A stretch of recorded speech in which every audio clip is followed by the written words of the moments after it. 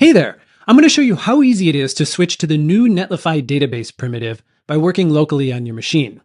Now, I have a project that was using the Netlify DB Beta experience, but if you're coming from any Postgres database or Postgres service, then this will work for you. In fact, we have this guide published in our documentation, and you can follow this step by step to switch from any Postgres database to the new Netlify Database primitive. So let's get started. I have this project that I've called Botanicard, and it is a small little personal application that I've built that helps me manage both my garden and my houseplants so that hopefully I can get better and kill fewer plants over time. As you can see with the current logs, I am making minimal progress, but it's all right. This is helping. And I want to get it over to Netlify Database so that I can work and iterate on this application faster and ultimately get better at gardening sooner. So to get started, the first thing you need to do is make sure that you have the latest version of Netlify CLI installed on your machine. And then you need to link your Netlify project to your local repository, which you can do through Netlify link and --ID, and you can get your project ID from the project configuration in the Netlify UI. But now let's jump into the database migration. And we can check the database status by running Netlify Database status. And we can see here that Netlify Database is not yet enabled for this project. So let's do that. We can run Netlify Database init. And then you can choose how you'd like to work. Because I was already using Drizzle ORM with Neon, I'm going to just choose Drizzle ORM. And then it's going to install the local dependencies for me.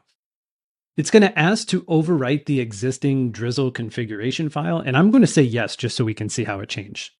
And then it asks about sample data, and for that, I'll say no, because we're going to import our production data. All right, so during that process, the Netlify database package got installed, and we can update some configuration. So in our Drizzle configuration file, the two main differences are first, that our migration files now go in Netlify/database/migrations by default, and also by default, we no longer need to expose the environment variable to connect to the database. Netlify is going to do this automatically for us. So let's move those migration files. First, let's make sure that we're working on a new branch.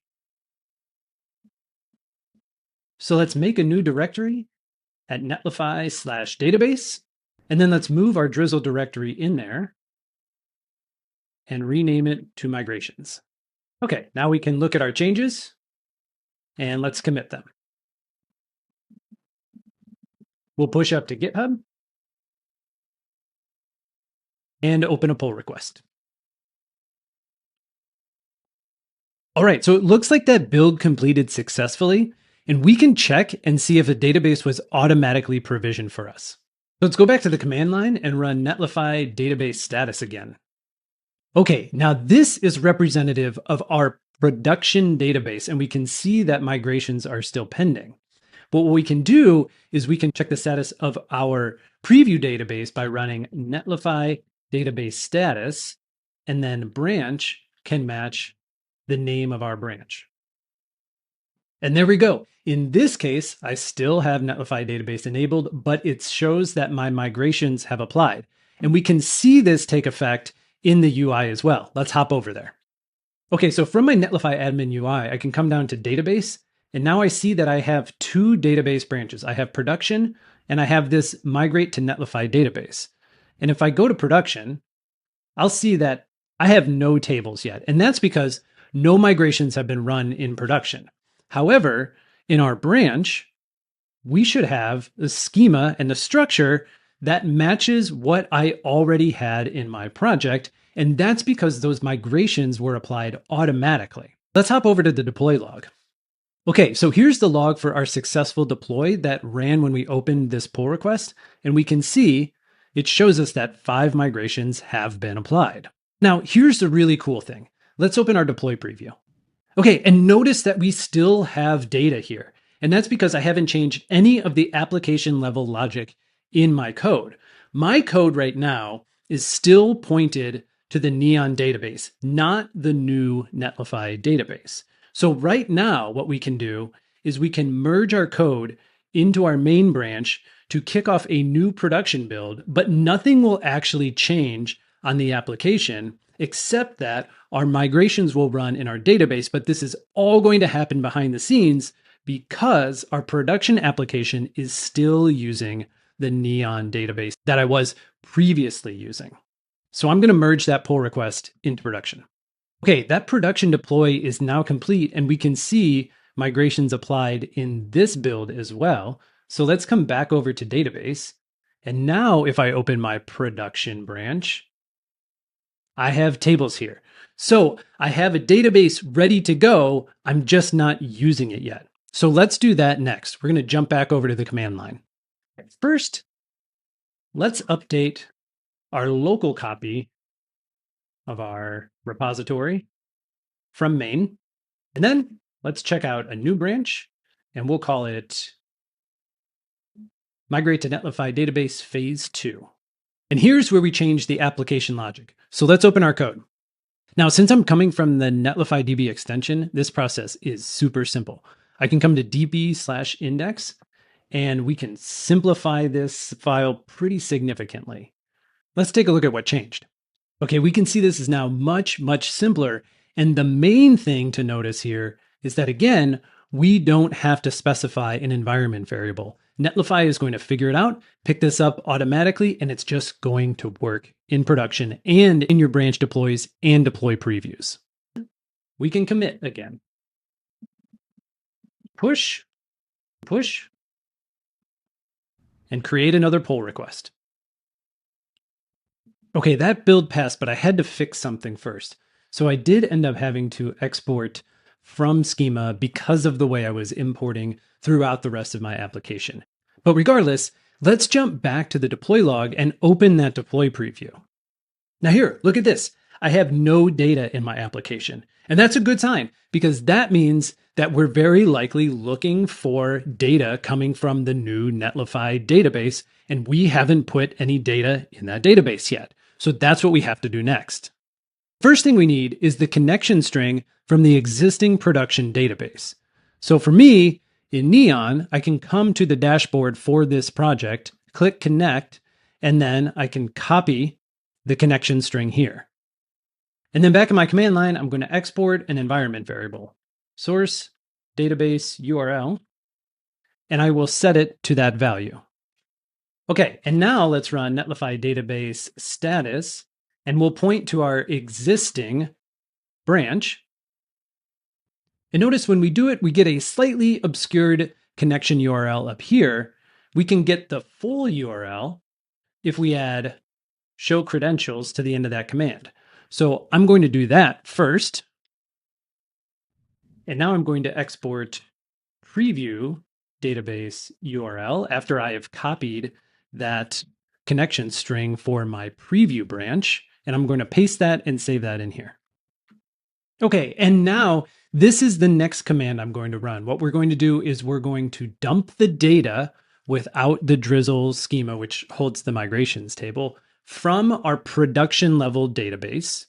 And then we're going to pipe that output to the pg restore command, which is going to load it into the new preview branch of the new Netlify database. So let's run this and see what happens. Okay, with that completed, I can come back and look at this branch of the database and see that I have some content in here. So let's go back to that deploy preview and look at that. All of the data is here. This is amazing. Now, the data is only in the preview branch of this database as well. So what we need to do next is we need to follow the same process, but we need to do it in production. But we want to do it before we actually deploy to production so that we don't end up in a state where we've deployed an application that has no data. So what we're going to do is essentially repeat the process we just did, except with the production branch rather than our preview branch. So let's go back to the command line. So now we're going to run Netlify database status again, but this time our branch is production, and we can hit show credentials. So I'm going to run that, and then I will copy those credentials off screen.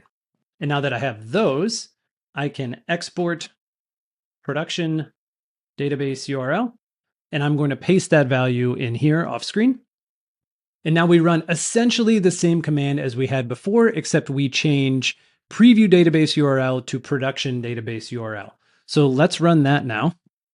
And once that's done, we can go back and open our production database, and we should see that we have actual content in here. We see the numbers and the counts for each of the records in each of the tables matches.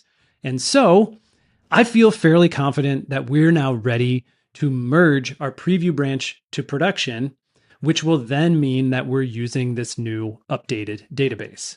So let's go over to my pull request, scroll down, and click merge pull request. And then we'll wait for that production deploy build to complete. Okay, this is now complete, so we can do a quick little test.